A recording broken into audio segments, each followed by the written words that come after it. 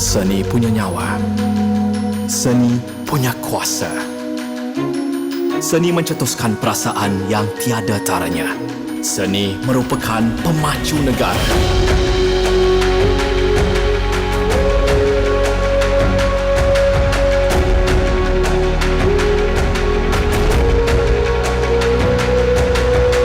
Seni menyatukan kita dalam meraihkan dan menyalurkan tenaga kita ke haluan baharu. Pelaburan demi kesenian Malaysia adalah pelaburan demi jiwa kita. Seni mewakili sejarah terindah dan masa depan kita. Cendana mendorong kita ke hadapan.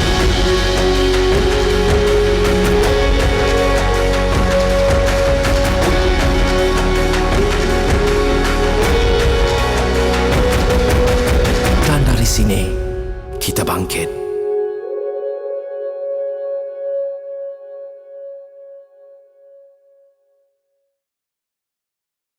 Hi and welcome everyone to the Open Arts classes brought to you by Cendana. My name is Yana Rizal and I'll be your moderator for today. The Open Arts classes are a series of art classes under Cendana's Arts in the City program. The Open Arts classes, or OAC, are held from 29th October to 21st November 2021. The OAC features the country's renowned arts practitioners to share with you their insights and also expertise in their field. If you'd like to find out more about OAC and Arts in the City, do visit www.baskl.com.my/AITC. Now, before we begin, let's go through some house rules for this session. To ensure clear audio quality, we will mute your audio and video throughout the session except during the question and answer session. We will also be recording the session. Please share your question in the chat box and the moderator will put forward your question during the Q&A session. Please respect all participants throughout the session and please introduce yourself in the chat box. We'd also appreciate your support in filling out our survey forms and we will provide the link to you in the chat box on the side. Please avoid using crass language and unconstructive feedback and or leaving spam comments. Failure to respect the session, the organizer reserves the right to exclude the attendee from further participating in the session.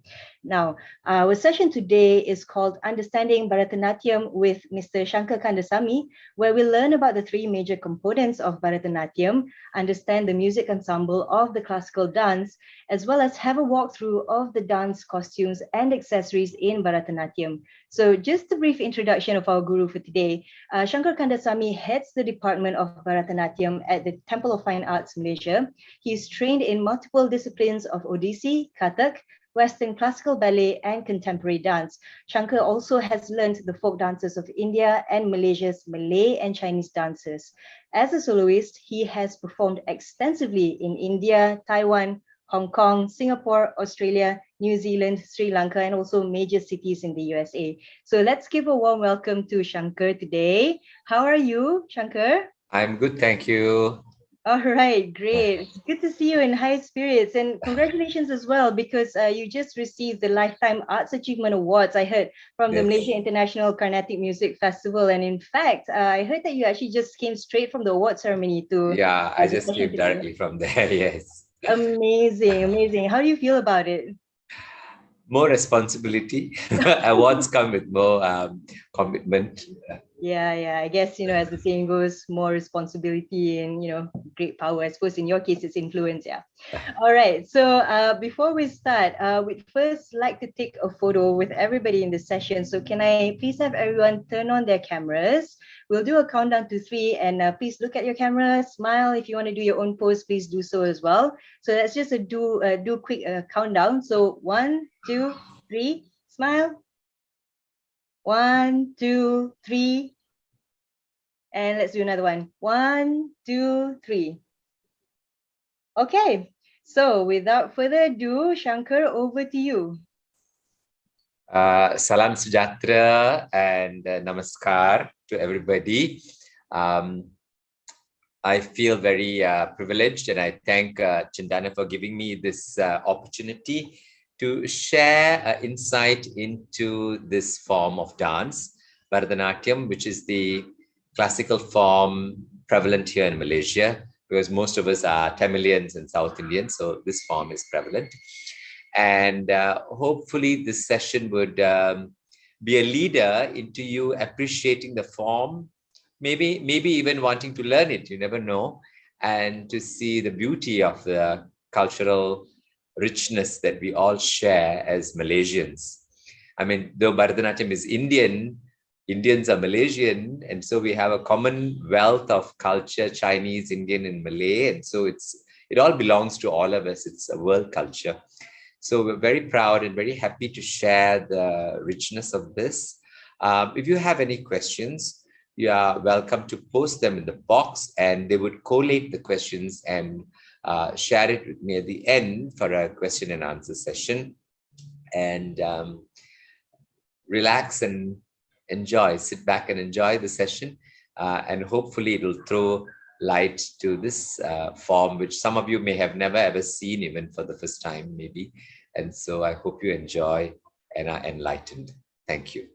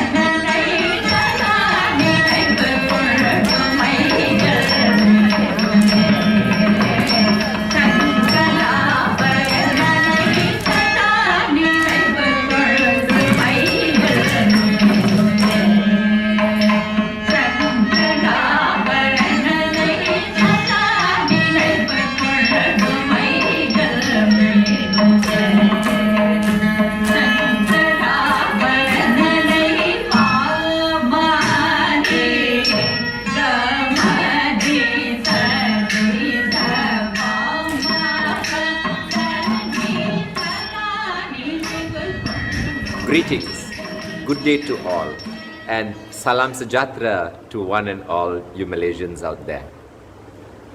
It gives me great happiness to share with you this introductory lecture on Bharatanatyam.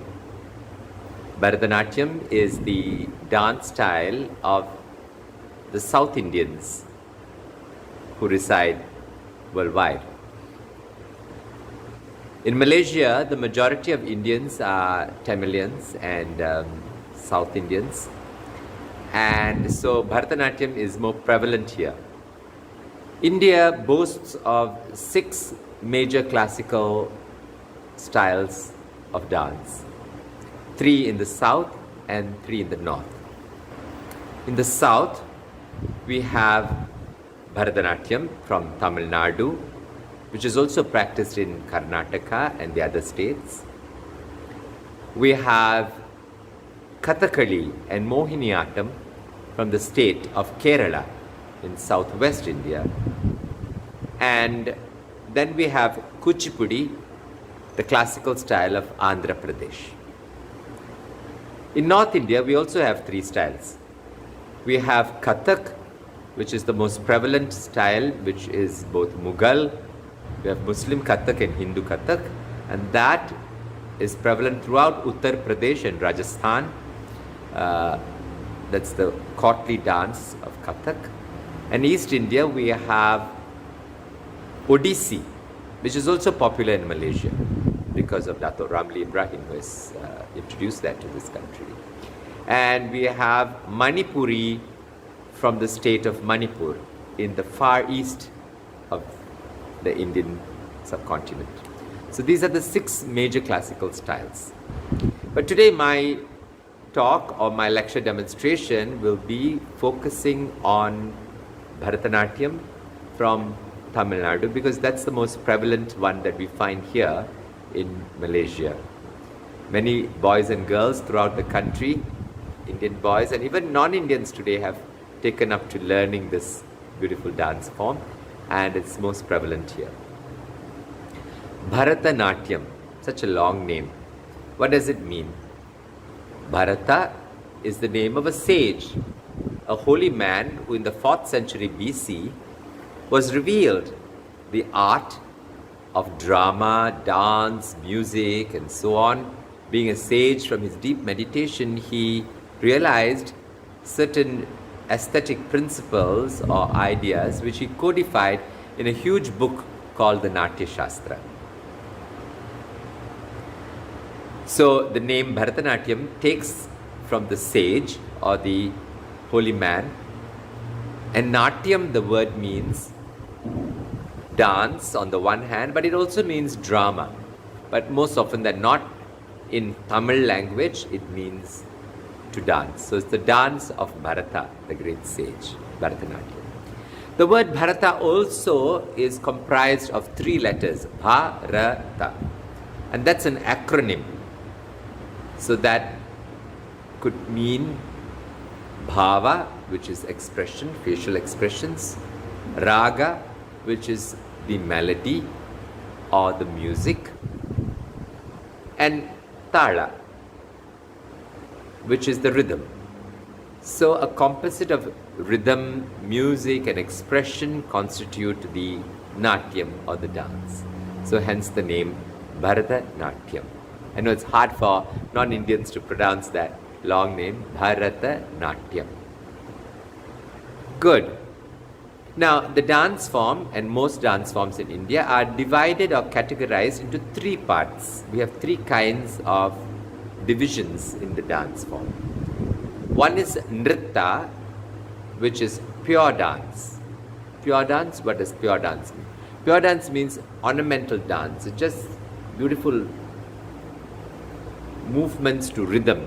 They don't carry any particular meaning. They are not conveying an emotion or a particular sentiment or a dialogue or a lyric or a word, a bit of literature. It is nothing to do with the lyrical. Nritta is pure dance. Then we have Nritya, which is expressive dance.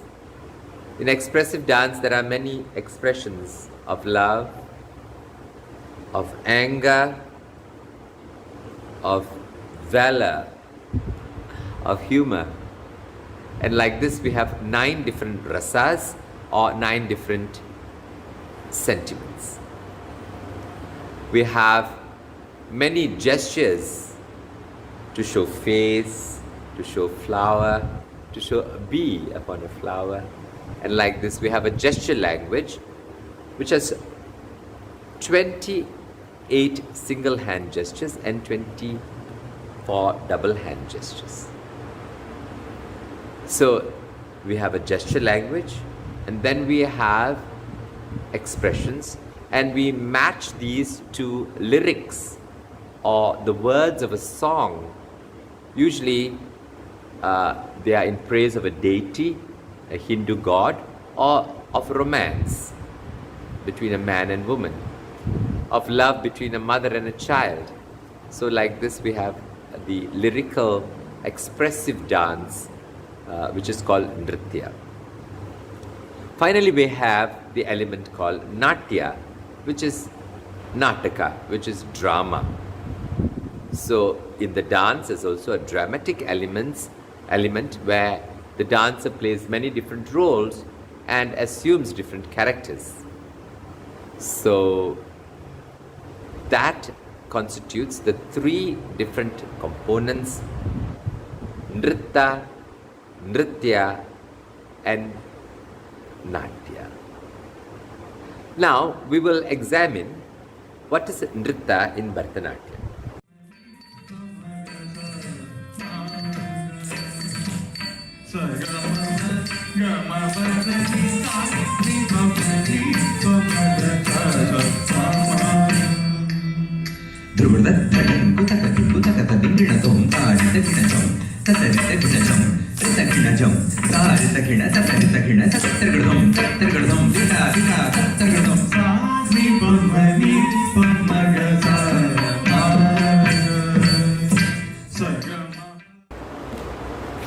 Before I explain to you about Nritta or the pure dance, I will demonstrate the Tatti Kumbidal or the short ritual prayer that we start every dance class, every dance performance, every dance presentation. It is traditional in India, before starting the dance class, the student does a reverence to the Mother Earth.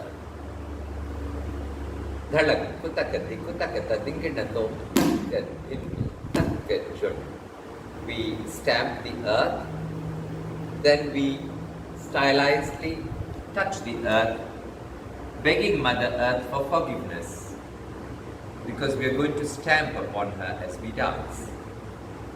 Then we offer obeisance to God Almighty, to the Guru in the region of the forehead, and to the audience and the fellow dancers and students in the region of the heart. We have 3 Anjalis, one to God, one to Guru, and one to the audience and the fellow students. After this, we start the dance presentation. Bharatanatyam has basic units of adavus, which are the basic dance steps that the student learns for almost 2.5 to 4 years, mastering and perfecting the footwork for the pure dance sections, which do not carry any meaning. So we practice the adavus, and the basic stance or the basic foot position in Bharatanatyam is called the Aramandi, which is the half-seated position like this, known as Aramandi or the half-seated position, and the basic arm structure is called Natyarambam or the outstretched hands. So this is the basic structure from which all steps will start to emerge. Bharatanatyam is very linear. It has very straight lines that are curved lines, but they always come back to a sharp line like this. So these are the movements which characterize the form, which is very geometrical in nature. So I will now demonstrate to you the very first steps that are learnt by the student in the dance. So the hands are kept at the waist, and we sit deep down in this Aramandi fashion, and we lift our legs to strike. So we go play, ya, play, play, ya, play, play, ya, play, like this, play, ya, play. Then second speed, play, ya, play, play, and we go faster, play, play, play, play, play, play, play, play, and even faster sometimes, play, play, play, play, play, play, like this. So these are the very basic stamping positions, and they have many combinations. So there is 8 varieties of these. It's called Tattadabu. This is the very first thing they learn, which is very strenuous. They would learn. The second one would be 2 on each leg. Play, yeah, play, play, yeah, play. And then the third one would be 3 on each leg, 4 on each leg, 5 on each leg, and like that, the numbers until 8.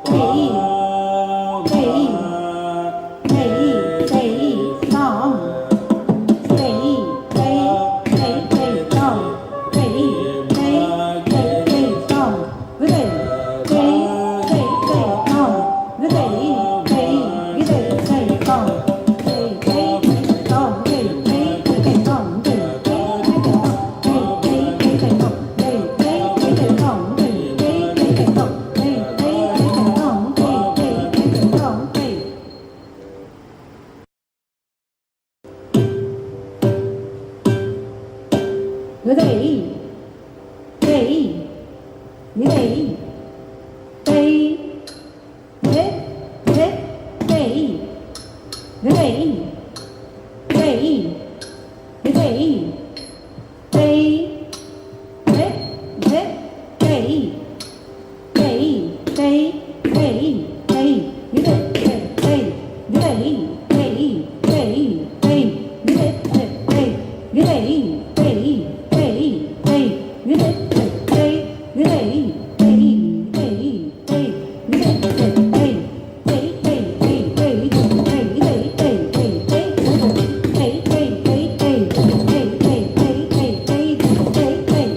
So that is the very first adabu called Tattadabu.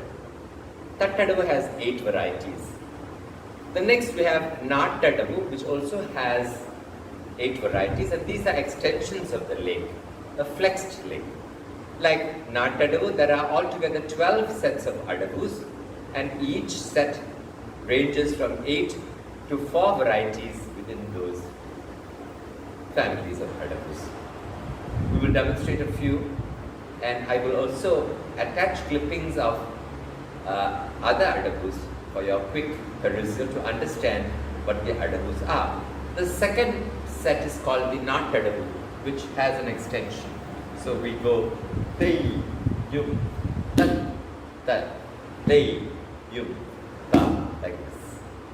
Sometimes it also crosses Tei, Yum, Tat, Ta, Tei, Yum, Ta. Then we do that fast. Tei, Yum, Tat, Tat, Tei, Ta, Tei, Yum, Tat, Tat, Tei, Yum, Ta. Sometimes Tei, Yum, Tat, Tat, Tei, Yum, Ta, Tei, Yum, Tat, Tei, Yum, Ta.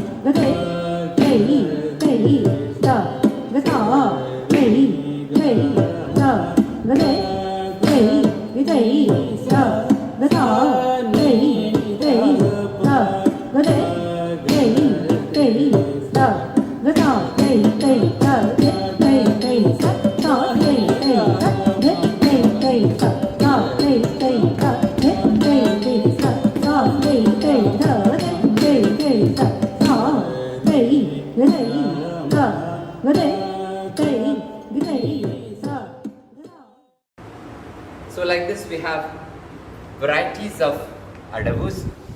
As I told you, we have 12 families of adabus.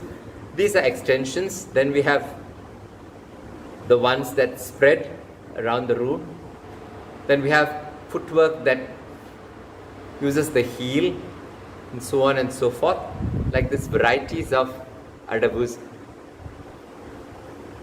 Altogether 12 families.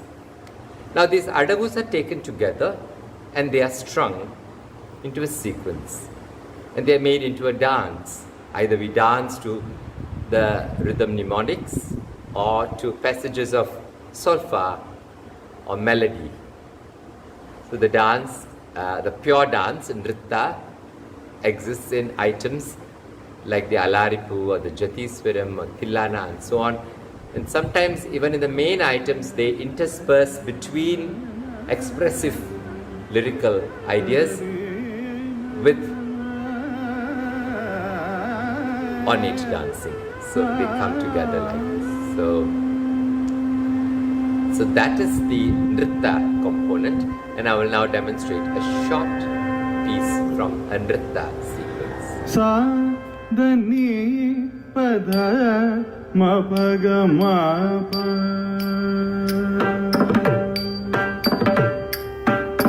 Sa da ni pa da ma pa ga ma pa.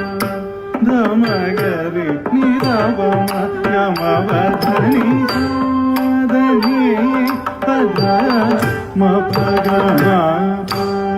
Da ma ga re ni da ba ma ga ma ba da ni. Sa da ni pa da ma pa ga ma pa. Da ma ga re ni da ba ma ga ma ba da ni. Sa da ni pa da ma pa ga ma pa. Da ma ga re ni da ba ma ga ma ba da ni. Sa da ni pa da ma pa ga ma. ಧ್ರುವದ ಥಳ್ಳಂಕು ತಕ್ಕ ದಿಕ್ಕು ತಕ್ಕ ದಿಂಗಿಣ ತಪ್ಪ ದಿಕ್ಕಿಡಾಕು ತಕ ಝಂ ಧಣೇಕು ತಕ ತ ಘಿಣಾಕು ತಕ ತಕ ದಿತ್ ಘಿಣಾಕು ತಕ ಝಂ ಧಣೇಕು ತಕ ತ ಘಿಣಾಕು ತಕ ತ ದಿಕ್ ಘಿಣಾಕು ತಕ ತಕ ದಿತ್ ಘಿಣಾಕು ತಕ ತಕುಂ ತರಿ ಕಿಟ ತಕ ತಕ ದಿತ್ ಘಿಣಾಕು ತಕ ಕಡದಕ ದಿತ್ ಘಿಣಾಕು ತಕ ತಕುಂ ತರಿ ಕಿಟ ತಕ ತಕುಂ ತರಿ ಕಿಟ ತಕ ಕುಕುಂ ತರಿ ಕಿಟ ತಕ ತದ್ಧಿತ್ ಧಿತ್ ತಾಂ ಧ ಧಿತ್ ತಾಂ ಕಡದಕ ತರಿ ಕಡದೋಂ ಧ ಧಿ ತ ಕಡದಕ ತರಿ ಕಡದೋಂ ಧ ಧ ಧಿ ಧಿ ತ ಕಡದಕ ತರಿ ಕಡದೋಂ Sa da ni ma ga ma. We now come to the expressive dance or Nritya.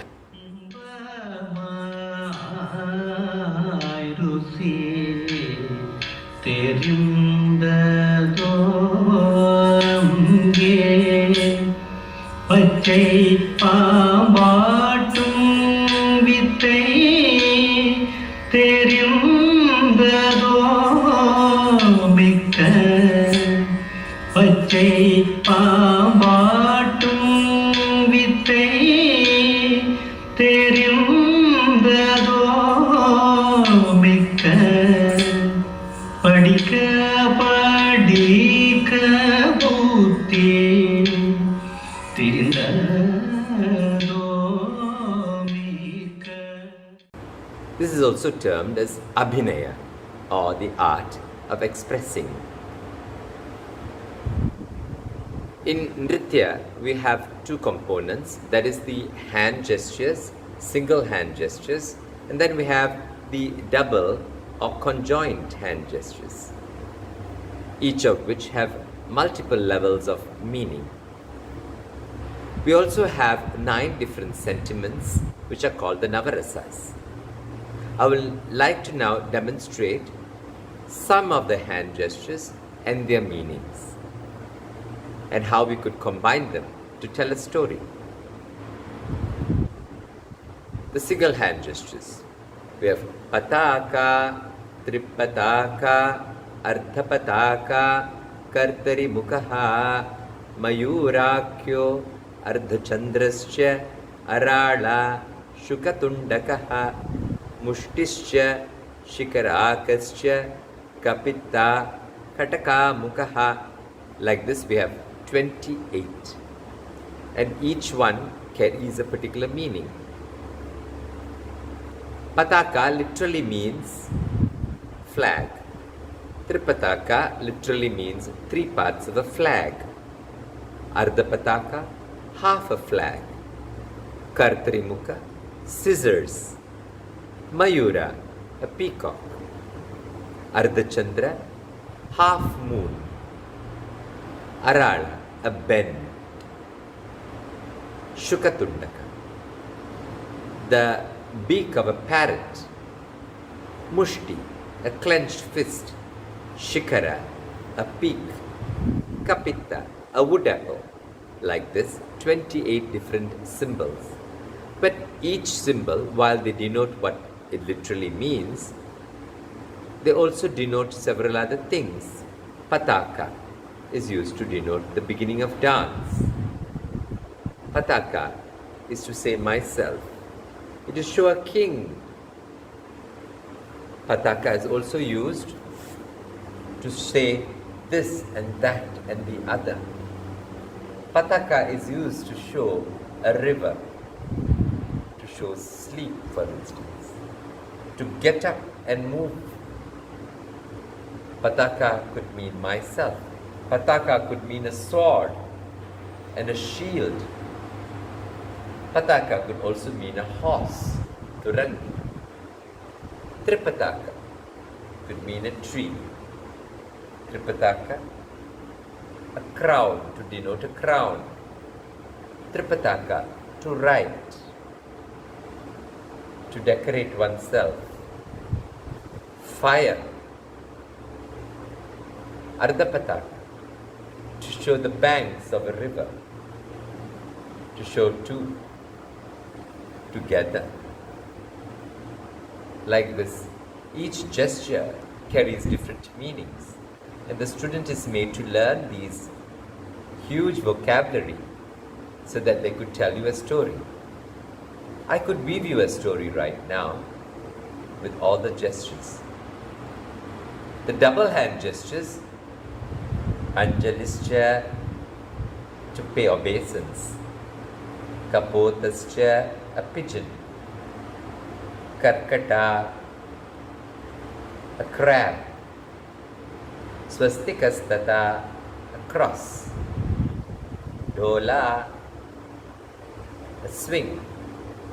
Pushpakuta, a flower basket. So like this, the gestures, double hand, when the hands are joined, they have other symbols with other meanings. And this is now combined beautifully to tell a story to the lyrics of a song. We can make a story. There was a deer running from the arrow of a hunter. The deer ran, only to realize there was a river that it couldn't cross. In fear, it tried to leap. Then it saw on the other side a fire. It ran, it was trapped. On this side, it saw a lion ready to gnaw it. And on the other side, a hunter. So the clever deer, it darted and camouflaged itself among the trees, cleverly hiding beneath the bushes and prancing and hiding among the flora and fauna of the jungle, escaped stealthily. So like this, we can make a story and tell you, and then when it is sung with a particular song, it is accompanied with facial expressions, as you just saw me present several facial expressions. The facial expressions are 9 in number, and these are universal expressions that can be identified by everyone.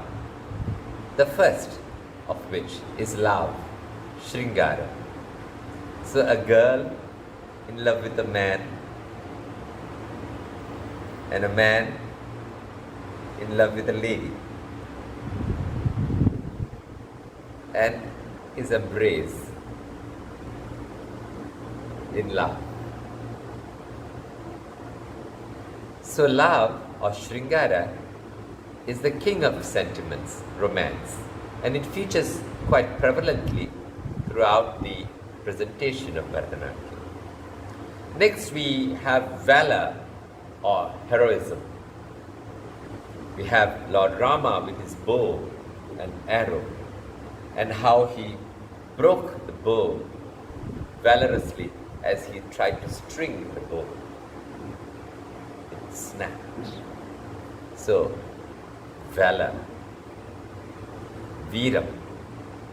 The next is compassion or pity. You see a bird and it has fallen.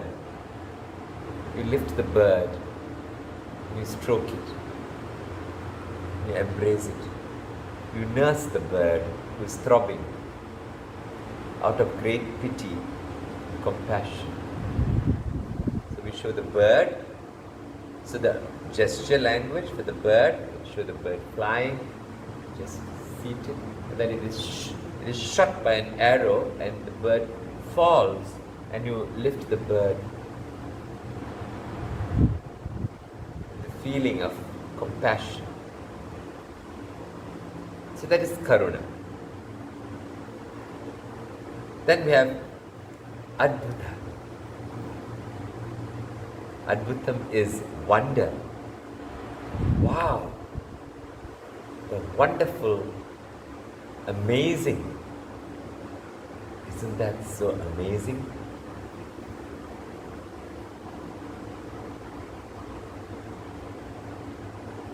Wonderment. Adbhuta. Shringaram, Veeram, Karunam, Adbhutam. Then we have Hasyam. To laugh mockingly.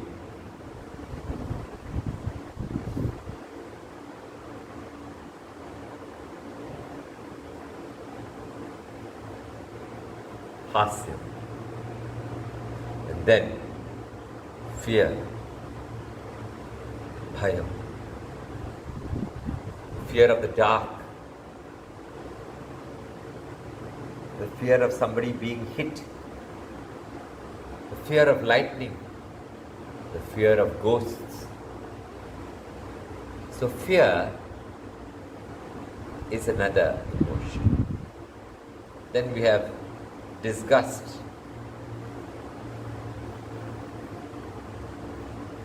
Maybe of smell, maybe of sight, disgust, bibhatsam. Then we have raudram, or anger. Show the eyeball rolling out, the fury. Get out, I say. Anger, raudram. And then we have shantam, or peace, or tranquility, as we find in meditation, deep meditation.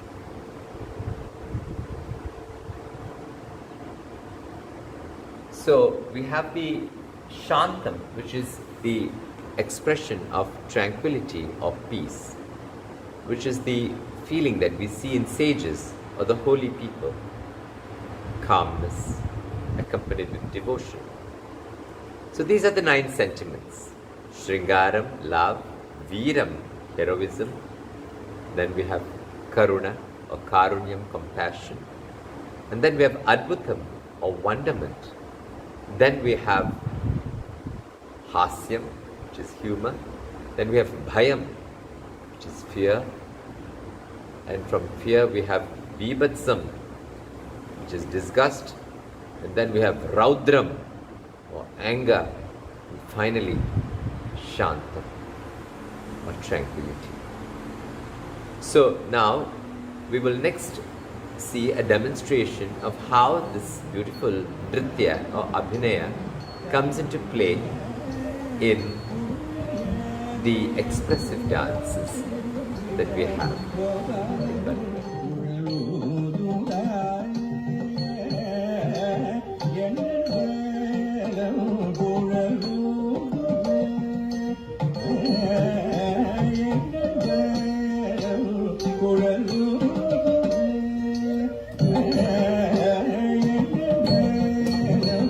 Mohan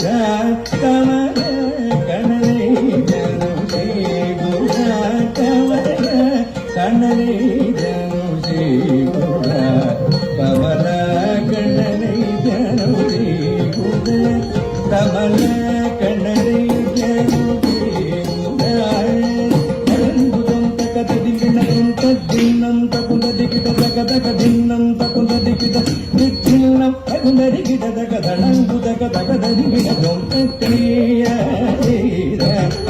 da.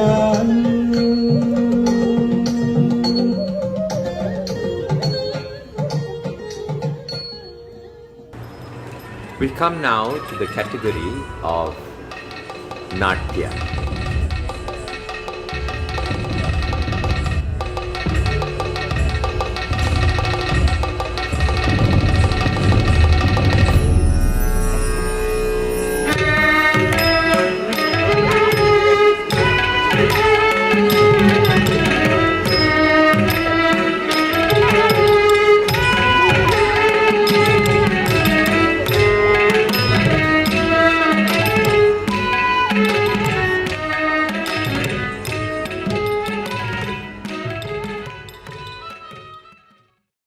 We had a study of Nritta, which is the pure dance, and then followed by Nritya, or the expressive lyrical dance. And now we come to Natya, which is the dramatic or the theatrical element of dance. Most part of Bharatanatyam is solo in nature. Most Bharatanatyam programs are essentially solo concerts where the dancer would do an entire repertoire. In the main piece, which is the Varnam, the dancer would assume several roles sometimes and play multiple roles though wearing a single costume. So she may play the role of a girl in love, and she may also play the role of the lover, the male counterpart. Or it may be a narrative. We may see an excerpt from the Ramayana, for instance, where we see Rama, Sita, maybe the deer, and so on and so forth. So one dancer would assume different roles, and there would be character dancing for a single line that is repeated. And that is the Natya, or the dramatic element. Bharatanatyam also assumes a ensemble or group version where many dancers could dance on stage, in which case each dancer would assume a character, sometimes in a neutral general Bharatanatyam costume, or they may also assume character costumes and perform it as a dance drama. The word dance drama can literally be noted as Natya, though Bharatanatyam has the word Natyam, which literally means dance in Tamil language. But in those days, the dance dramas, the dramas or the theatre was often danced. So there was no pure theatre, it was always a danced theatre. So that is the idea of Natyam. Now, to show you an example, I would show you an excerpt from the Ramayana where I myself would play the role of Sita, the heroine, and I'm going to show you the episode where she, for the first time, she sees Lord Rama and she falls in love, and vice versa. Lord Rama also sees Sita and he falls in love. It all happens at the instance of a ball game. The ball game is played on the terrace or the raised balcony of the palace of Sita, and Lord Rama is seen to spot her because the ball that she was playing had fallen off the balcony. So we're going to show you Lord Rama and Sita, and prior to which I would show you certain character stances to suit different characters in the Natya, or the dramatic element of Bharatanatyam. So here we go. So we have the characters of Lord Rama. He is seen with a bow and arrow, and we see his wife Sita holding a flower in her hand. So in character dancing, we have For the male characters, the arms are slightly rounded when they walk like this, right? And for the female characters, the arms are a little bit limp in the elbows when they walk like this. So the arms would tell you the male and female elements in theatre. We show Sita in the balcony, and she tells her friends, together, shall we play ball? And her friends, her imaginary friends, agree.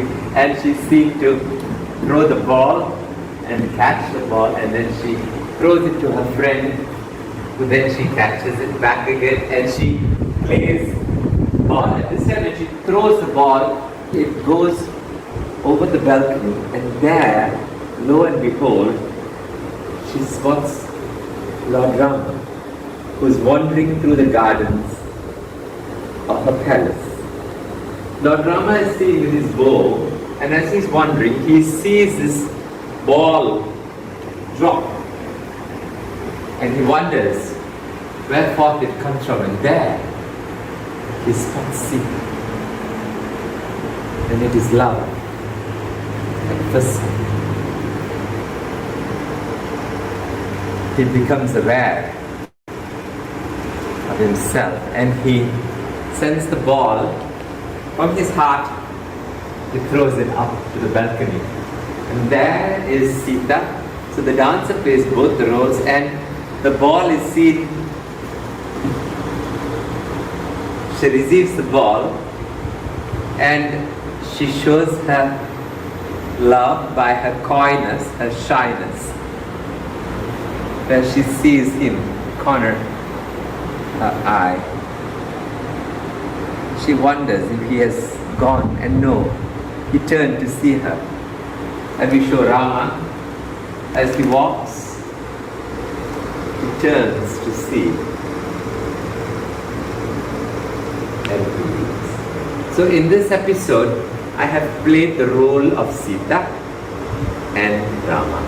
So this is the Natya, or the theatrical, the dramatic element in Bharatanatyam, where the dancer assumes a couple of roles, and in the next few video clips you'll be able to see some of this in full costume. We also have characters adorning character costumes. We have characters assuming neutral costumes, a general Bharatanatyam costume, and we also have the solo as what you saw me doing, an excerpt just now where I played multiple roles myself. So this is the Natya element of Bharatanatyam.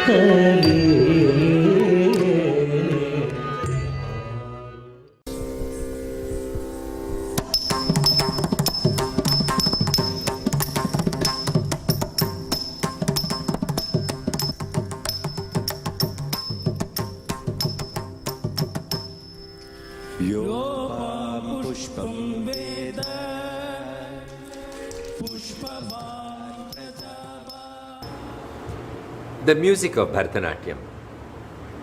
Earlier I had mentioned to you that for most parts, Bharatanatyam is a solo form, and it is usually danced with a live orchestra which sits on the stage, on the right hand side of the stage, if I were to be looking at the audience.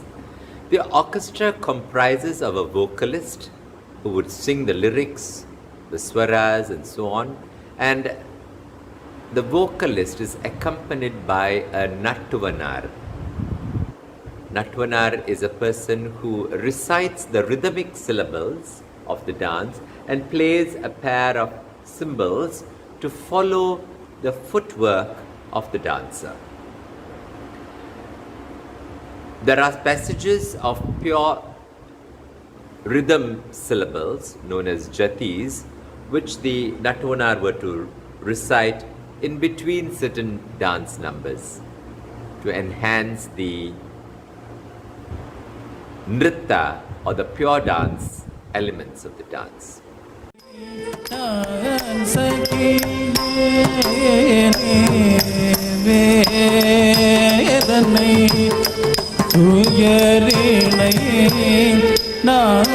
ಧ್ರುಗುಡ್ದ ಧಳ್ಳಂಕು ತಕ ಧಿಕು ತಕ ತದಿಂಗಿಣ ತೊಂ ತಗ್ಗದಿತ ತತಗದಿತೈ ತಗ್ಗದಿತೊಂ ತತಗದಿನಂ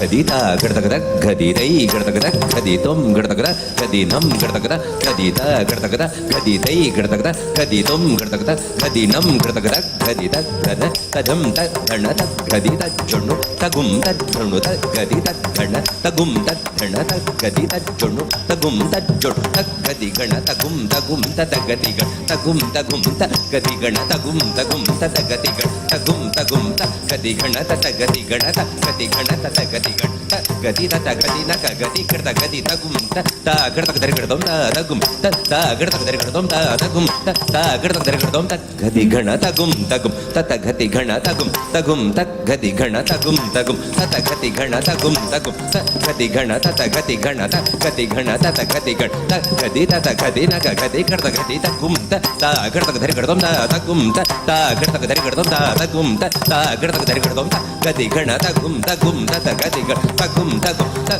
ಗದಿ ಗಣ ತಗುಂ ತಗುಂ ತ ಗದಿ ಗಣ ತಗುಂ ತಗುಂ ತ ಗದಿ ಗಣ ತ ಗದಿ ಗಣ ತ ಗದಿ ಗಣ ತ ಗದಿ ಗಣ ತ ಗದಿ ತ ಗದಿ ನ ಗದಿ ಕರ್ತ ಗದಿ ತಗುಂ ತ ಗಡತ ಗದರಿ ಗಡದಂ ತ ತಗುಂ ತ ಗಡತ ಗದರಿ ಗಡದಂ ತ ತಗುಂ ತ ಗಡತ ಗದರಿ ಗಡದಂ.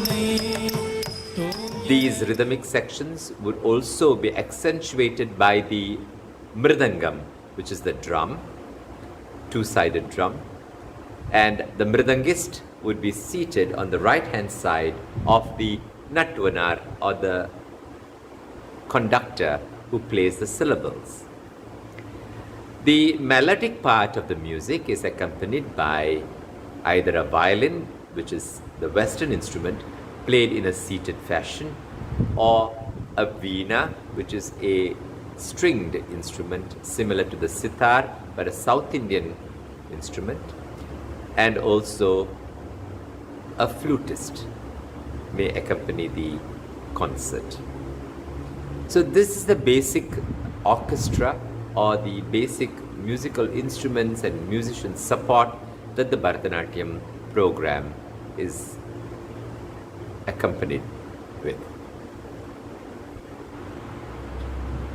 We next come to the section on the costume of Bharatanatyam.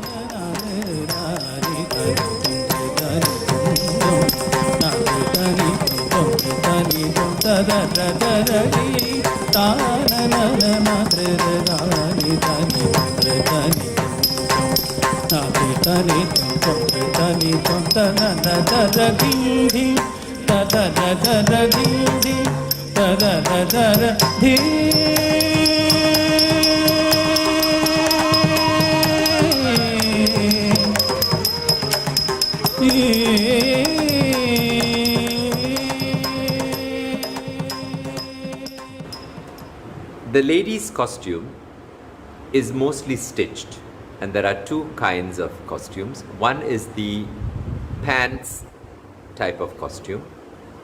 Both costumes feature a fan in the forefront of below your pelvis, up to your knees, a beautiful fan in a rich embroidery of rich silk is usually stitched into the costume.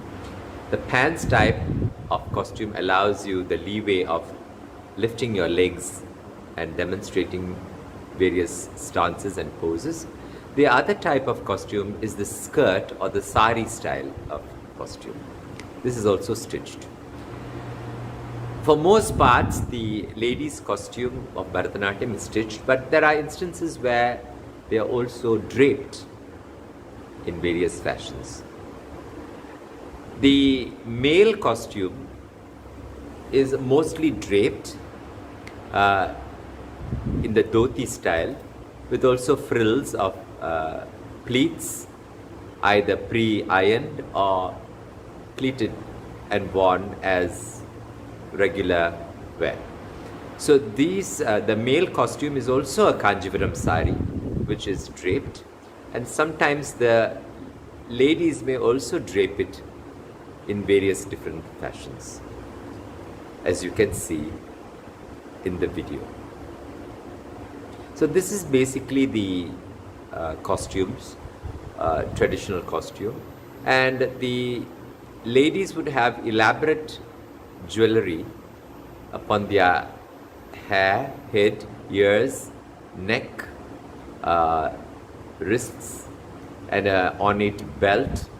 And the Bharatanatyam dancers, both male and female, would wear bells on their ankles to accentuate the rhythms that we play on our feet.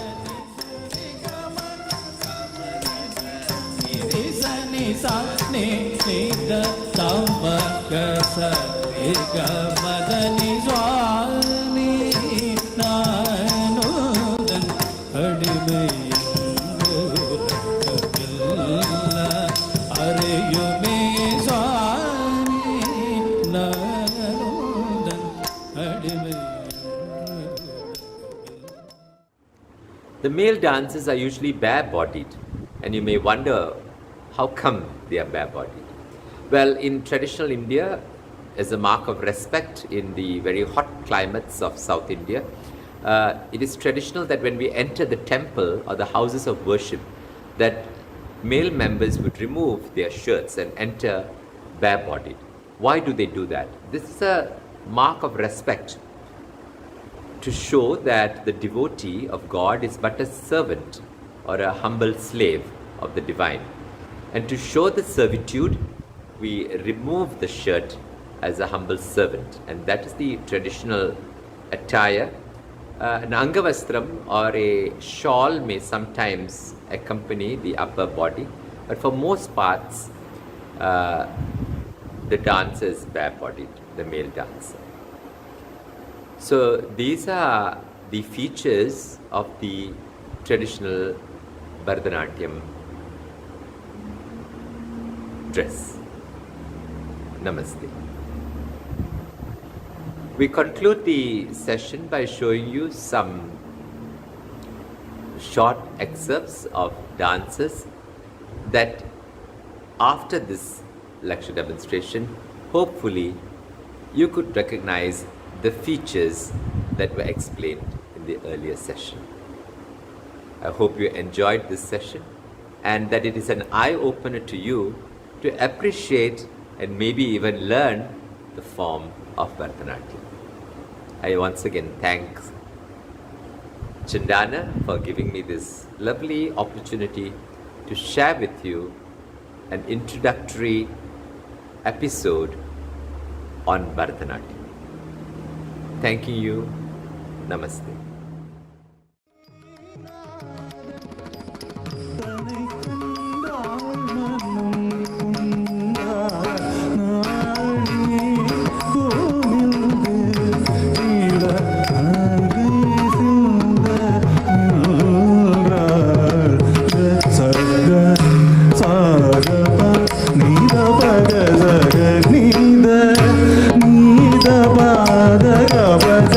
Ni sa ga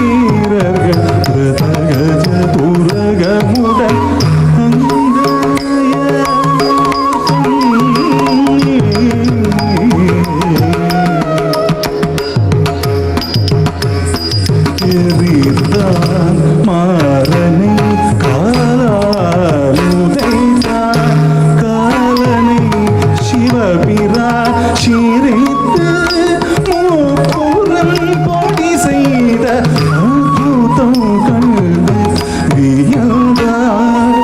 சிரித்தான் மாறனை காலால் உதைந்தார். காலனை சிவபிரா சிரித்து மூப்புறம் பொடி செய்த அற்புதம் கண்டு வியந்தார்.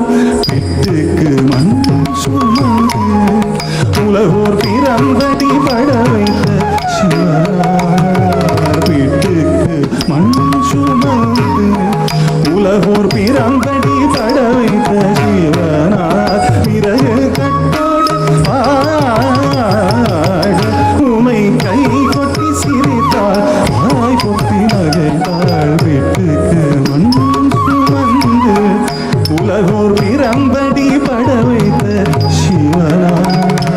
வீட்டுக்கு மண் சுமந்து உலகோர் பிரம்படி பட வைத்த சிவனார். பிறகு கட்டோடு பாட உமை கை கொட்டி சிரித்தார். வாய் பொத்தி நகைத்தார். அங்கையர் கண்ணி ஆனந்தோ கொண்டாளே திசையெங்கும் வென்று வெற்றியாகை சூடினாளே.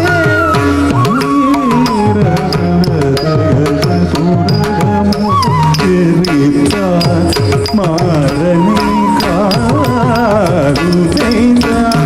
காலனை சிவபிரா சிரித்து மூப்புறம் பொடி செய்த அற்புதம் கண்டு வியந்தார். வீட்டுக்கு மண் சுமந்து உலகோர் பிரம்படி பட வைத்த சிவனார். வீட்டுக்கு மண் சுமந்து உலகோர் பிரம்படி பட வைத்த சிவனார். பிறகு கட்டோடு பாட உண்மை கை கொட்டி சிரித்தார். வாய் பொத்தி நகைத்தார். கண்ணி ஆனந்தோ கொண்டாடே திசையெங்கும் வென்று வெற்றி வாகை சூடினாளே. அணி வீரர்கள் உலகமுடன் அங்கைய கண்ணி ஆனந்தம்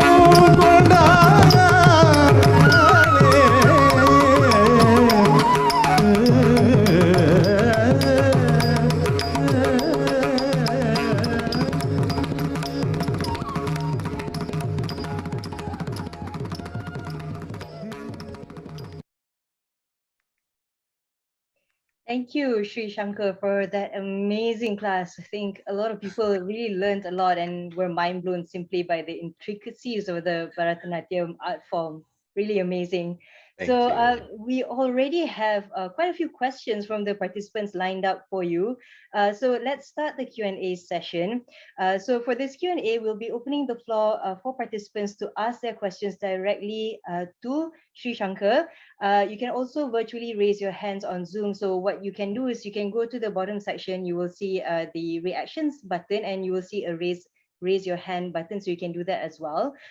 So I will call out the names of people who have asked the questions by order.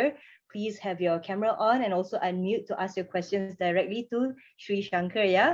So okay, let's start with the first one. So the first one comes from Monish Nair. If I can have Monish to on your camera and also maybe ask your question directly to Sri Shankar. Okay, so maybe Monish is a bit shy. I'm not sure. Hi, I'm here. Oh, there you are. Okay, great. Go ahead, please. Yes. My first question is pertaining to Abhinaya, and I want to know how to improve basically in your Abhinaya for people who find it hard to express. Yeah. Actually, expression is something, it's like theater, you know, it's like when you act, it's like drama. It's basically like drama, except that in the classical form, we have two kinds. One is, we call it lokadharmi, which is very naturalistic, like how you would see somebody acting on television. And the other one is a stylized stylized expression. So we would do things that are not in the normal day-to-day. Like if it's love, it is like a formula. So the child is made to learn it like a formula learning. So if a girl is shy, she will be shy like this.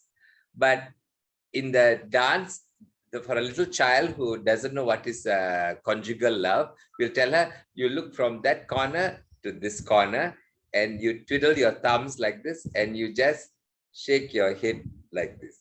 This is love. So we teach them the abhinaya like a formula. Or we say, if you're angry, when you're really angry, you just like you do this, But in the dance, we'll say, take 2 gestures and roll your eyes out like this. Or just, so this is like a formula. Breathe heavily like this. So we teach a technique, a physical technique that will, if you cannot feel or express it, you use the technique. And later, as you grow, you will get into the finer way of expression. So from the external to the internal, rather than like in theater, from the internal to the external. So here we use the body, or we have a gesture. We vibrate our hand and we open our eyes. So that would be anger. So it's like formula learning. There are technique. It's an abhinaya technique. So then you have this way of learning. But in recent years, like I found that some of our students who went for theater workshops, they lost their inhibitions to express themselves in the classical dance, because in theater workshops, they teach you how to overcome that through so many exercises. So that helps. Monish, maybe you want to give it a shot and see whether, Shankar can give you maybe some comments or feedback. Are you learning dance, Monish? Do you learn Bharatanatyam?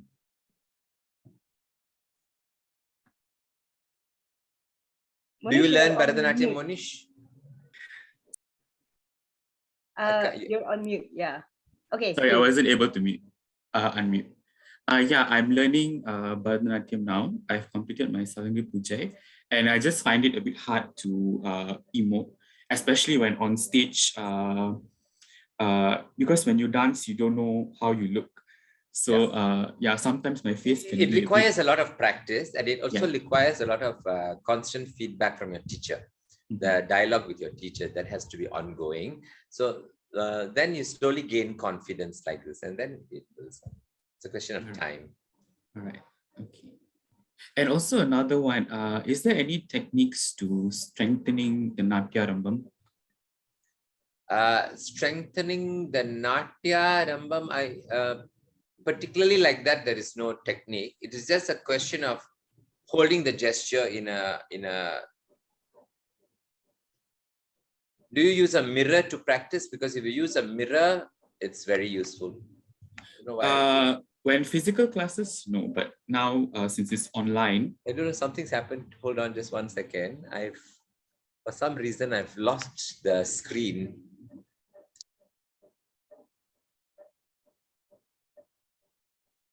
Hello, Sri Shankar. All right, I think there's some technical issues here, so do bear with us as we try to sort that out and we try to get our guru for today back. Yeah, so we can move on to the next question, but I believe we lost Sri Shankar for a bit here.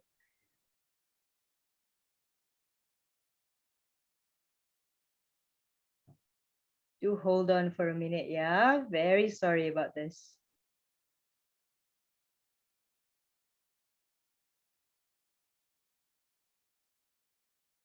Okay, our team is trying to get a hold of him right now.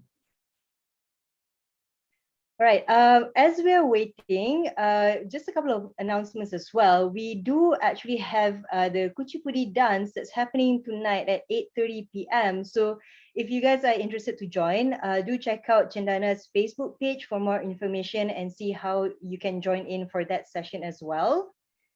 Yeah, so That's upcoming. And we also have a couple of other interesting classes as well. Oh, here we go. Right. Welcome back. I think you're on mute, Shankar. Sorry, I don't know why suddenly my screen went blank. I don't know what Okay, happened. no worries. Sometimes these things happen. Yeah, sorry, I was answering somebody and I got carried away. Yeah, you were answering Monish. Monish. Yeah, second Yeah. question. Yeah. So yeah, the use of a mirror is useful because then you can see yourself and then correct yourself, from time to time. I use a mirror. Okay. I think, yeah, so Monish has said, all right, thank you, Yeah. sir. I think we can move on to the next question. So the next one comes from Wani Ismail. So she has actually two questions. The first one is, out of curiosity, has there been new choreography in Bharatanatyam that includes stories around modern trends or even depicting more recent topics? That's number one. And secondly, also, she was wondering whether, is there an age that's considered like too late to start to learn about the Bharatanatyam? Yeah, the first question, modern themes. Yeah, a lot of modern themes have been done. In fact, we have even devised gestures to show a rocket flying in the sky. And we have done themes, like environmentalist themes about trees or, more. In fact, even the pandemic has had creations recently about modern day themes, about social issues, drug abuse, what have you, because Bharatanatyam is quite a comprehensive language of gesture, and human emotions are common throughout the world. So it's universalized. We can even take a Shakespearean story and do it in Bharatanatyam. It is possible because it's quite wide in its range. So there you go. And the second question was, how late is it to learn? I think it's the lateness. It's not a question of physical lateness. It's a question of fitness. Like some people who are young are still not very fit and they require to do something about their fitness. Some older people are actually quite physically fit. And when you say how old is old or how young is young, I think it's not so much the age as the passion that goes with that age. If you love something, how much of time are you able to expend on it?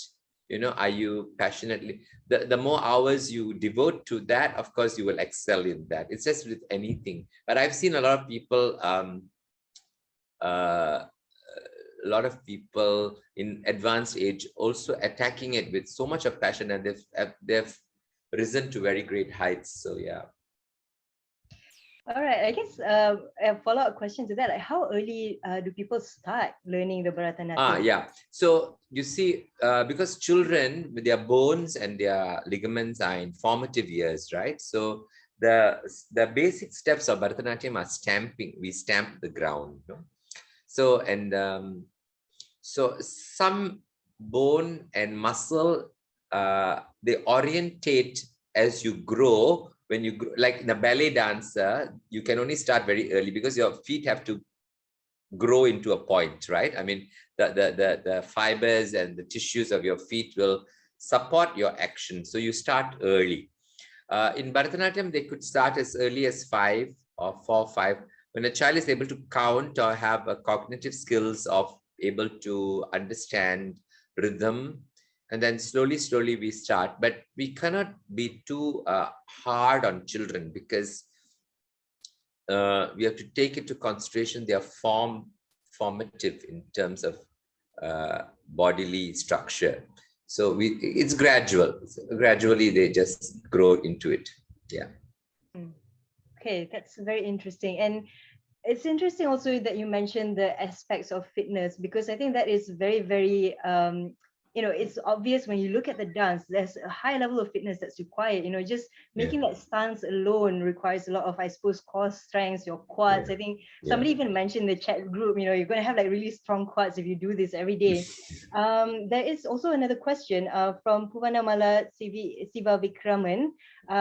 Pertaining to this as well. So she's asking what kind of exercise or workout activities should a Bharatanatyam dancer do in order to avoid dance injuries? Yeah, you see, I'm a practitioner of yoga. I do yoga parallel with my dance practice. And actually, yoga is quite a comprehensive physical, mental, spiritual workout, which complements Bharatanatyam very well. And it also sustains, it prevents you from injuring, because you see your musculature of your knee, for instance, and your a lot of strain on the knee, quads, hamstrings, calves, spine, back, neck, everything has to be toned on a daily basis.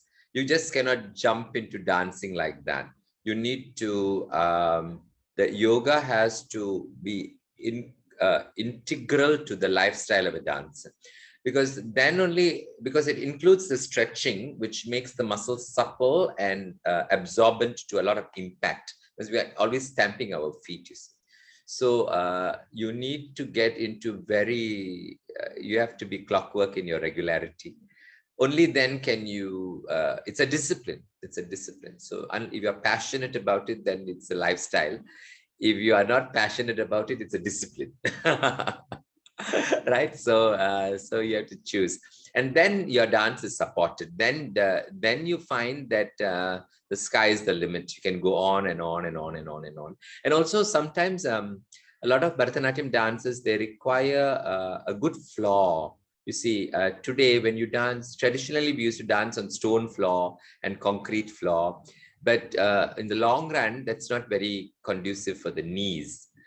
You need a sprung floor, wooden floor, that like a ballet studio, a little bit like a ballet, with a little bit of air in between the concrete and the wood, so that it's sprung. So when you stamp, there is a little bit of reverb, so that you sustains your spine. It's softer on your spine, the jumps and stamps and so on.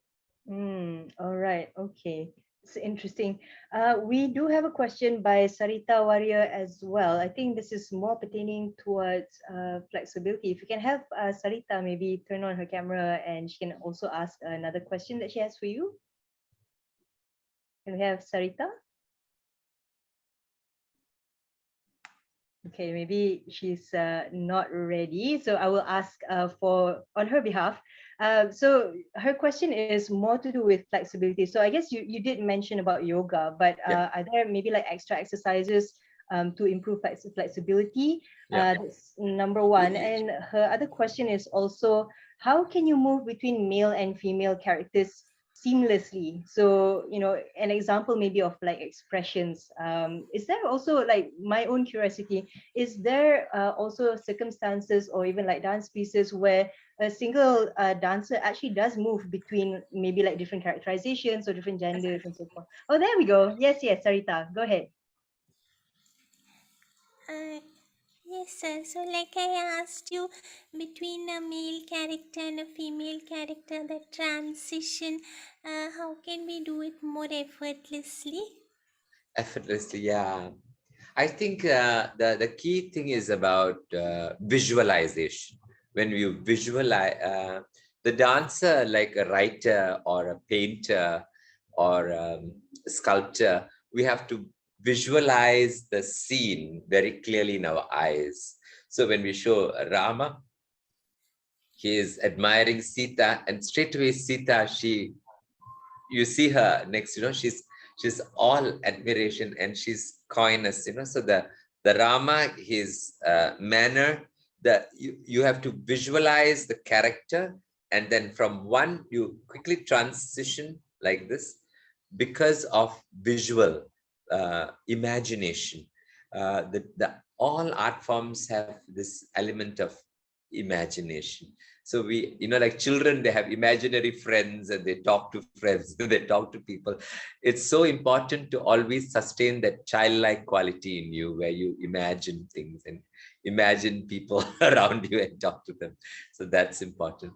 Now, coming to your point about flexibility, there are two kinds of flexibility. One flexibility is to display. That means you want to carry your leg and show the audience that you can lift your leg and touch your head. So that one requires you to practice particular asanas, and then every day increment, slowly increase the flexibility there. But the other form of flexibility is when your head touches your knees, for instance, or such kind of, is to flexibility of your musculature is actually strengthens your leg. When you put your head down to your knees and you're buried your head between your knees, when you're standing or sitting with the legs outstretched, forward bends or backward bends, when you bend backwards like this, those flexibilities are to strengthen the core in you so that when you dance, generally your legs and body is strong. So flexibility works for strength as well as for display. So it depends which one you want to. You want to display it to the audience or you want to use it. Hopefully that answers the question. All right, thank you, Sarita. Our next question comes from Tulasi. Yeah. Is there Tulasi? Can we have her to ask the question? Otherwise, I will ask on her behalf. Okay, so, oh, there we go. Tulasi? Oh, kind of lost you there a little bit. Yes, there you are. Go ahead, Tulasi. Hi, sir. Hello. Sir, I want to ask you if those who are learning Bharatanatyam, how long it will take for them for performance? What kind of performance? Full performance, like Arangetram? Yeah, Arangetram. How long? If like Yeah. if they are learning this many days, and then how long it will take? Yeah, it all depends on so many factors, like it depends on how many times a week you have class with your teacher, for instance, how many contact hours you have with your teacher. Besides the contact hours, how many hours you put of self-practice into the dance? Because you see, you go to university, you have contact hours with your teachers, but that alone, you cannot pass your exams. There's many hours of sitting inside the library and memorizing and chugging through all that. So how many self-practice?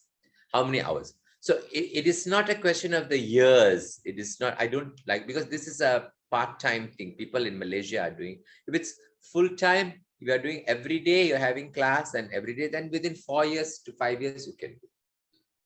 But if you're doing part-time, usually they start in primary school. When they do form 5 or form 6 like that, they'll do the Arangetram. So it takes almost that long time. For us in our school, we have exams and so on and so forth. So because that's learning part-time, they come and stop and once a week class. Once a week class, you cannot really learn very well, especially when you go to higher levels. You need to pick it up to thrice a week, just like ballet or like any other form. The higher levels you go, you need more contact hours with your teacher, and then you need to pick up more like this. So that's the number of, it's not a question of years, it's a question of number of hours of practice and also contact hours with your teacher. So another question, sir. Yeah. Please tell about Salangai, the bells. The bells are what we wear on the feet. I showed you all in the documentary just now. It is to accent the rhythms, right? So you wear them when you, to show the different thala, which is the rhythmic structures you show by tapping your feet. Also, you see, because Indian dance is like, it's like a divine form, right? It's like it's cultural, at the same time it is spiritual. So usually the teachers, when they give the salangai to the student, it's like you're investing your student with, okay, now you're ready to perform. You have it's like a symbol of a graduation or a symbol of handing down the tradition to the disciple.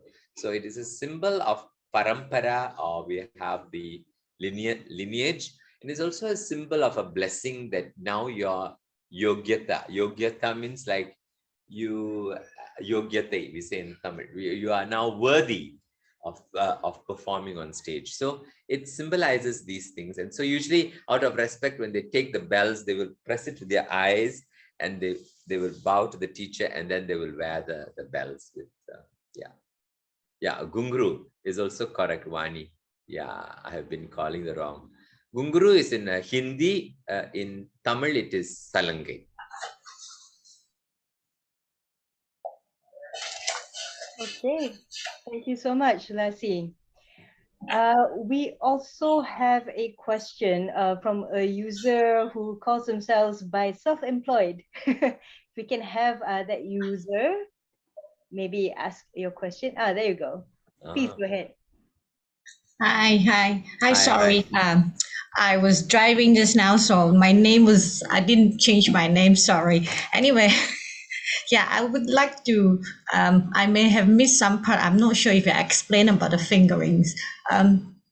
You have so many different Yes. gesturing of the fingerings. Does Yeah. that means a lot related to a lot of elements or Yes. animals or anything?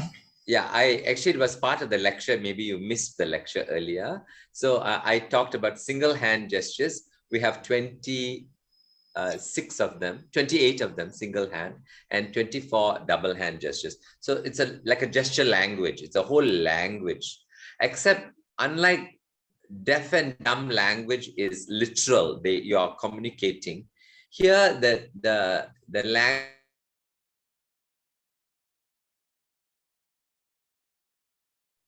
Hold on. Think we kind of lost him again for a little Says while. a sentence. Sorry, Shankar, I think we lost you for a bit just now. You got stuck. Maybe you can repeat the last sentence that you were saying? Yeah. Are you able to hear me now? Yes, perfectly. Yeah.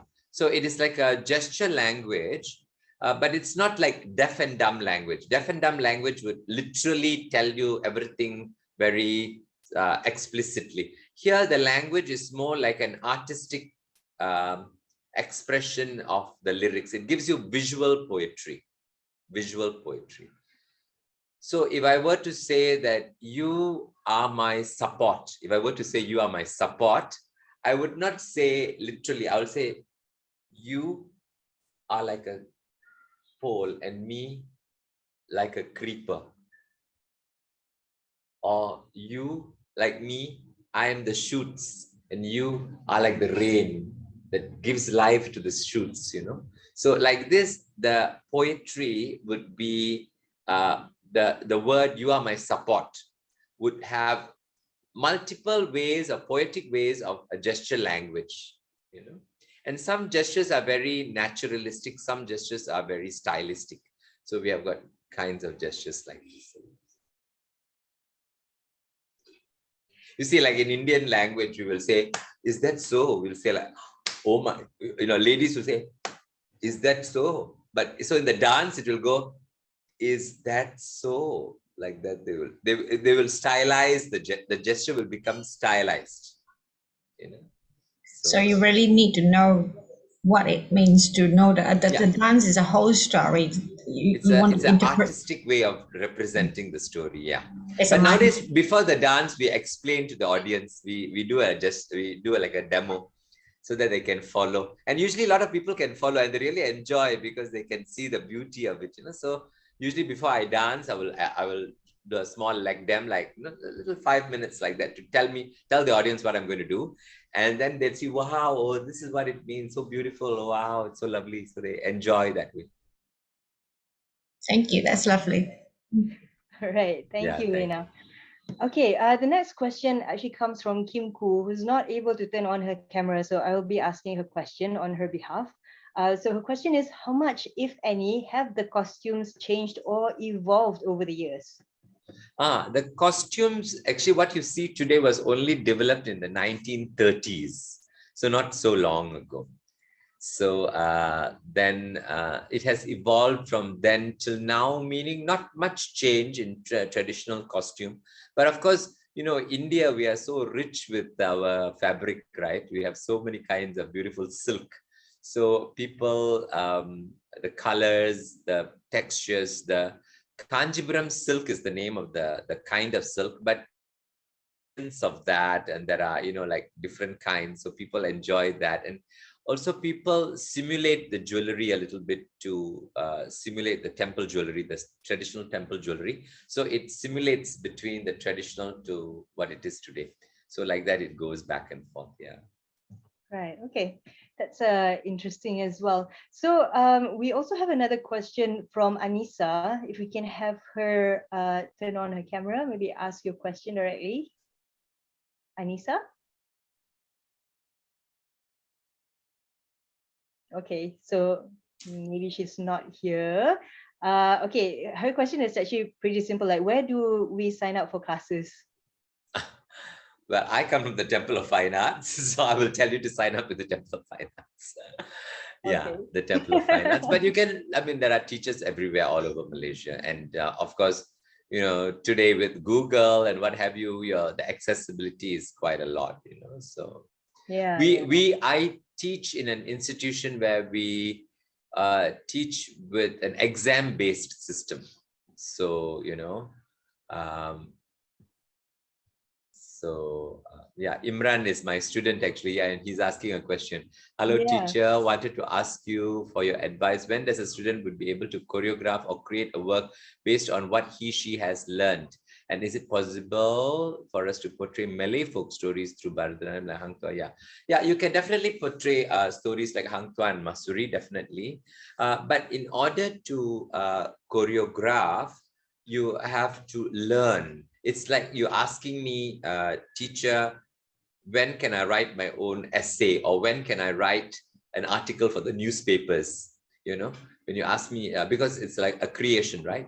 So like in school, we have essay writing as a lesson. You know, karangan is a lesson where for a year or so, right through our learning of language, we write a karangan, and the teacher would correct it and say your grammar was not very right here, or your vocabulary usage wasn't very good here, you should use it this way, or they will mark it with red pen, and then you got pembetulan, you do corrections of that karangan, and it goes back to the teacher. So back and forth, you have a subject called karangan, or a subject called essay, or a subject called choreography, which we don't have in Bharatanatyam for now, but we will soon develop. And like composition, like dance composition or music composition. So you need to have a little bit of a dingbat, a back and forth throw, so to understand structures, like, you know, how Jatiswaram structures, or how a padam would structure, you know, like how would a poesy in a 4-line meter, how would it structure? So you would have to learn models of poesy, like about 25 models of it, and then find through the models, oh, this is how it's generally it's going. So now I know how it is. So I have a feel, and then you'd have a throw at it, and then it goes to your teacher and back and forth like this. And slowly you graduate into learning how to choreograph, because you just can't tip into choreography like that. You need a bit of knowledge. And with Indian mythology, and I mean, like Hang Jabat Masuri is okay, is good, because you know the stories, but the usage of the mudras, you must know how they happen over time, you know, like that sort of a thing. So it'll be very interesting to do a work like Hang Jabat actually, Imran, or Masuri in Bharatanatyam. It'll be very interesting. Actually, I wanted to ask as well, because you did mention that, you know, even stories like, for example, like Shakespearean stories, right, that you can actually express through a dance like Bharatanatyam. Are there specific pieces that maybe you can recommend for us to watch, you know, just to kind of like see how these kind of, you know, different stories are expressed in Bharatanatyam? I think that would be very interesting as well. Actually, when we first started the Temple of Fine Arts, we were very well known for that, because we've done Masuri as an Indian hybrid between Indian and Malay culture kind of a production, which the Istana Budaya had restaged many years ago in the 1990s, you know. Then we did Lady White Snake, Legend of the Lady White Snake. But it's not Bharatanatyam per se, but it is Indian dance through Indian classical dance forms. We fashioned stories that are like the Swan Lake. We Indianized the version in the Temple of Fine Arts. So we have taken multiples to, or we've done Midsummer Night's Dream, for instance, you know, in Indian classical forms, which of course a more contemporary approach to the form rather than traditional. But yes, it would sit traditionally also. In the traditional genre, it should sit also very beautifully. You know, it should. And it will be close to the heart of the people because if you're Malay, then you would know the story of Hang Jebat, and then you would see, wow, this is how it looks in this culture, you know. And if you're Chinese and you see a legend of the White, oh, is this how it? Wow, you can relate to the story, but it's translated into another art form. So you're seeing it on stage, you know. Yeah. Interesting. Are there any upcoming projects of like a similar nature that you know of, perhaps? Actually, now you've got me thinking. Maybe I should. Why not, right? Yeah, why not? Yeah. Yeah. Okay, we have another question by Punamala Siva Vikraman. So she asked, Sir, can you share a little bit about the different schools and styles of Bharatanatyam, e.g. Kalakshetra, Tanjavur, and others? There are many different styles of Bharatanatyam. We have different, and each style is very beautiful in its own way. Some are opposite to the other style, you know, like you have Zapin, and then you have Zapin Johor, Zapin Jawa, Zapin Sarawak also you have today, and you have different kinds, right? So like that, we have Bharatanatyam, and they have different style. Some are very like Kalakshetra, and would be very linear, would be very stark in its lines. The Valluvur style would be more curvaceous in its nature, with marking with poses, which are they are marked like this, and also the way the usage of the gestures would be slightly different. It's hard for me to tell you offhand unless I show you examples, but yeah, it's, how do I describe it? They have their own different kinds of manner of doing things, you know. So, all right. Yeah. I think it's a bit difficult to just describe verbally without actually showing how it works. There's also another question by ID Darus about the age limit to start learning Bharatanatyam, but I think this one you already mentioned it before, so there isn't really an age limit, but more so on like the fitness levels that you have. So I also have another question, I think from this one is from Jodi. This one is with regards to basically the art form of Bharatanatyam and Odissi itself. Like what actually is the difference, the main differences, since both dances are prevalent here and it almost looks the same in you mean Odissi and Bharatanatyam? Yes. Odissi and Bharatanatyam are different because Odissi deals with what is known as the Tribhanga, which is the three triple bends. The body is more, the torso is very fluid. It's a curvaceous, you know, very curvaceous, and very on, the foot is never, there are no straight lines in Odissi. So that's basically the difference. Bharatanatyam has a lot of straight, very stark lines. Odissi has always curved lines. Curved is always to do with the triple bodily bends. The body bends in three parts. So, and the music is also very different. The language is also very different. The language is Oriya or Sanskrit. And even the Sanskrit would be pronounced in Orient way. I mean, the Orissa is Eastern India. It's not North India, neither is it South India. It's like in between. So it's Eastern India. So, and their costume is also different. They wear the pith of a tree, the flowers and things carved out of the pith of a tree. You know what paper is made of? So it's carved out of that, and silver jewelry, and they have ikat material which resembles the ikat of Kelantan and all that, you know.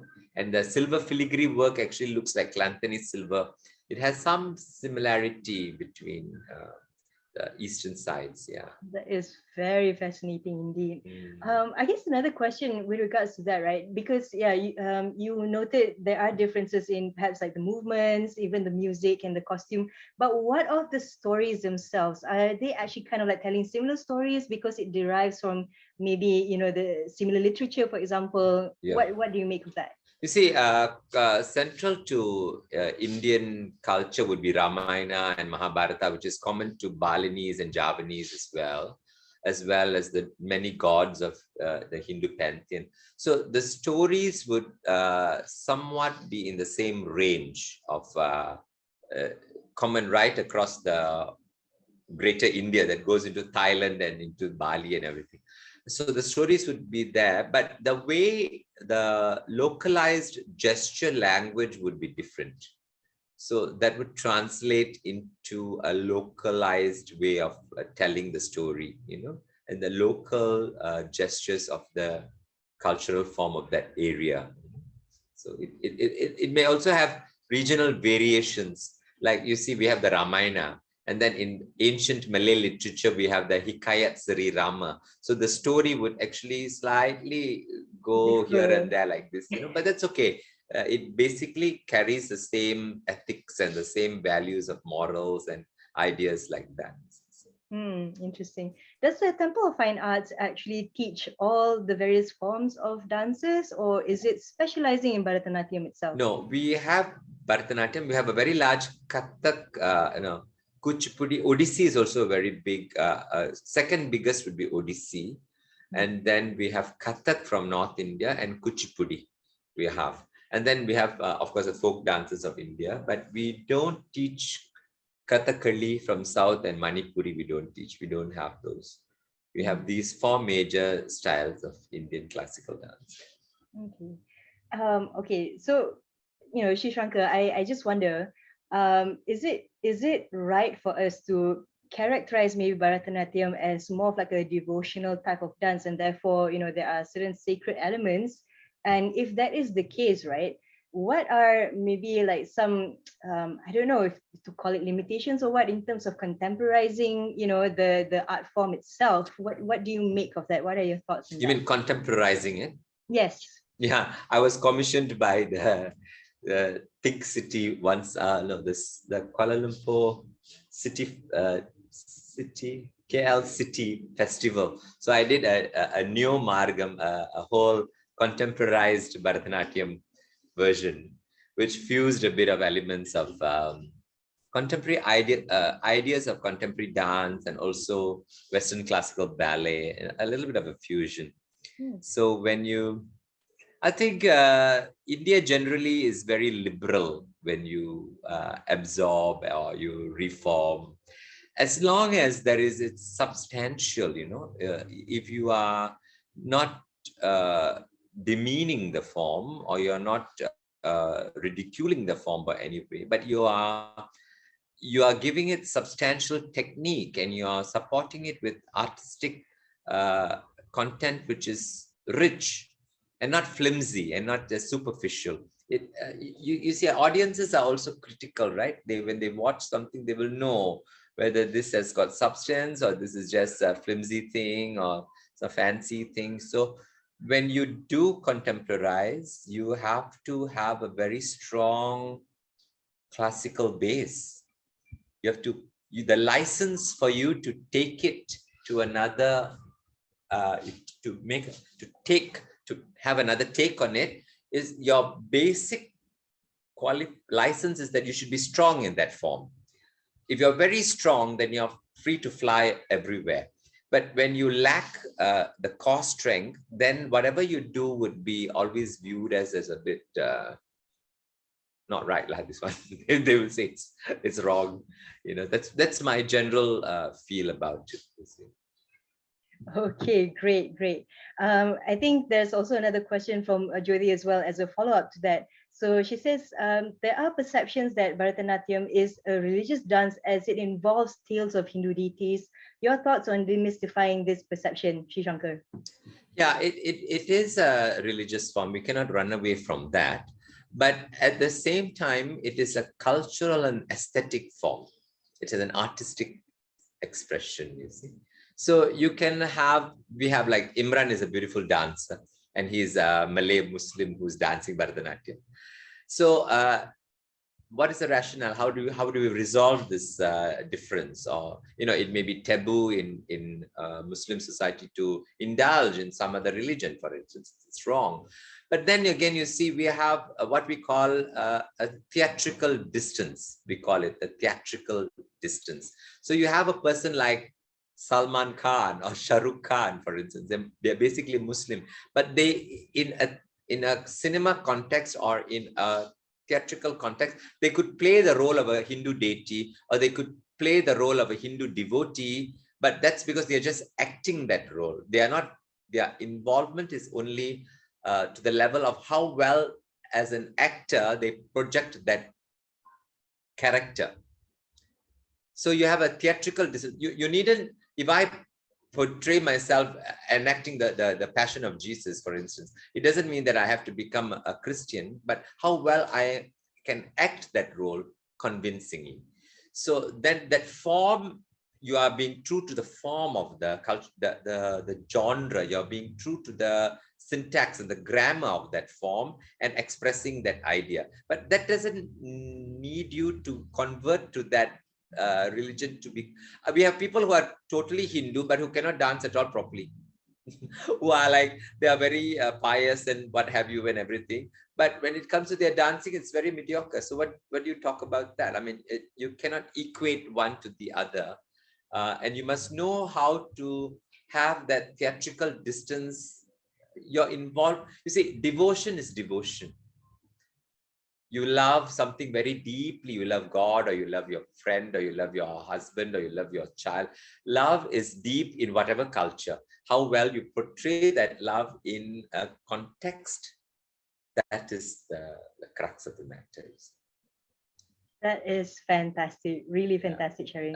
And I find it interesting as well that you describe the art form with having grammar and syntax, you know what I mean? So there are, you know, certain, I suppose, certain rules in a way to, you know, certain art forms that make it what it is. Yeah. So, all right. So I think that's all the time we have for Q&A today. You know, a lot of discussion went on, you know, a lot of sharing as well. If you do have further questions from the audience, you can always contact Shankar through the Temple of Fine Arts Facebook page. Before we end, Shankar, do you have any maybe like final thoughts on your end, you know, contemplation and whatnot? Please go ahead and share with us. Yeah, I think it's so beautiful that today in a Malaysian context, we have people of different races enjoying Bharatanatyam. Because while it is, I mean, some very staunch Indians would think it's not right, but you know, an art form is given to the world. We enjoy our masyarakat majmuk. We enjoy the polarity. We enjoy the mosaic of cultures that we have, and we are proud to be Malaysian in that way. And why not enjoy the richness? If you can enjoy a good nasi lemak or a good laksa, why can't we enjoy a good Bharatanatyam program?